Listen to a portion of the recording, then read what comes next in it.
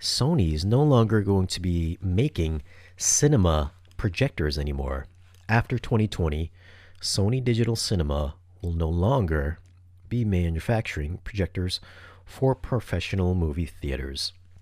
I don't know if that's going to be affecting the home theater market, the consumer market, or not, but as of this year, it looks like that's it. They're going to be done. And I don't think it's because of the ongoing COVID-19 crisis either. Apparently, we have a little snippet here, which one analyst said, I've been expecting this for a long time. They have a liability issue with their projectors due to the technology of the imaging device. The ultraviolet light from the projector's lamp slowly destroys the imaging device, and the projected image loses color. The solution is to replace the imaging device once a year or so, but this is expensive.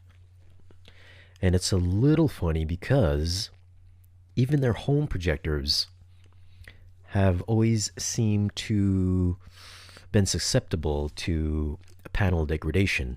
So I don't know if this is kind of the same thing or not, but for the past few years now, their SXRD panels have degraded over time, and I got to say, my last projector, the Sony 675, also degraded over time.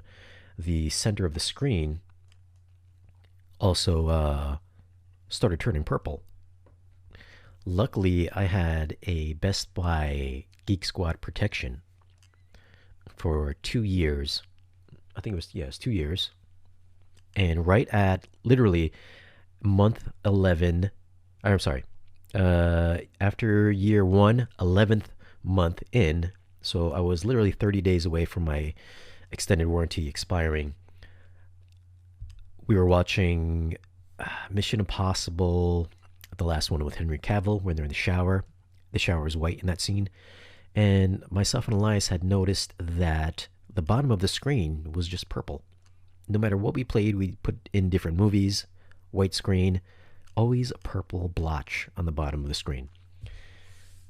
So it seems that their quality control hasn't always been the best. And of course, lately I've been having some bad luck with some certain projectors and products, but that looks like it seems to have been the case with their cinema projectors as well. So they're no longer going to be making cinema projectors.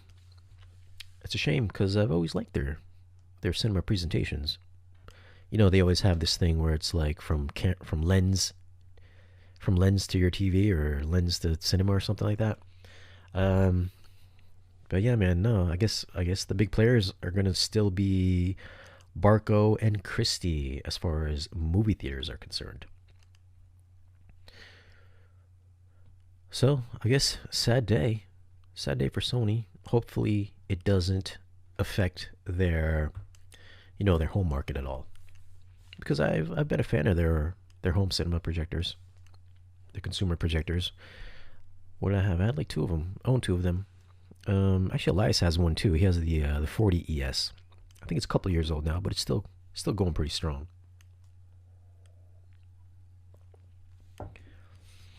So how many of you guys have Sony projectors?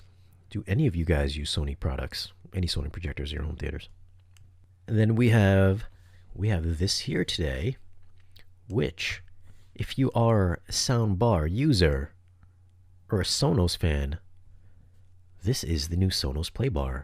Maybe you heard about it, maybe you didn't, but it looks like after years and years of selling the same ugly soundbar, I think it came out sometime in 2013, I believe. So it's about 7 years later. They are announcing a new soundbar, which is supposed to have AirPlay 2 and a Dolby Atmos, supposedly. But it looks like hopefully, this is the rumor at least, that Dolby Atmos is going to come out possibly with their new Sonos Playbar 2. Also, of course, it's going to have HDMI. If it doesn't have HDMI, you can't do Atmos, right? So it's supposed to have HDMI, and it's supposed to be longer too, 10 inches longer. So it should fit better with larger television sets, 65-inch sets, 75-inch sets. So instead of that little tiny bar they got there, this one should look a lot better. So for all of you guys that are in the Sonos market, there's supposed to be a new Playbar coming out. Also, a new Play 5. I believe their last, I think they stopped making the Play 3, which was like their mid-level speaker. At least it wasn't updated. And I know the Play 1s have the Alexa built in and all that. But the Play 5 never got updated. So new Sonos Playbar and Sonos Play 5 in the works. New products. But, you know, if this does come to fruition, then hopefully I can get one of the Playbars in. Because let's face it, they're still kind of popular, though. Everybody loves Sonos as far as like wireless home music is concerned. Probably the most popular one, I think. Then we got one more thing to bring up here. Rotel of the B&W group, Bowers & Wilkins group, is now going to be carried by Sumiko. For you hi-fi audio enthusiasts out there, I have Rotel amplifiers in my rack. I've got 3 of them. I've actually got that guy right there, which is the 585, and I got the 2-channel version, which is the 1590. This is their integrated, which actually looks very nice. I've never got that for review because these guys don't like to give out stuff for review, and I wasn't going to go buy it.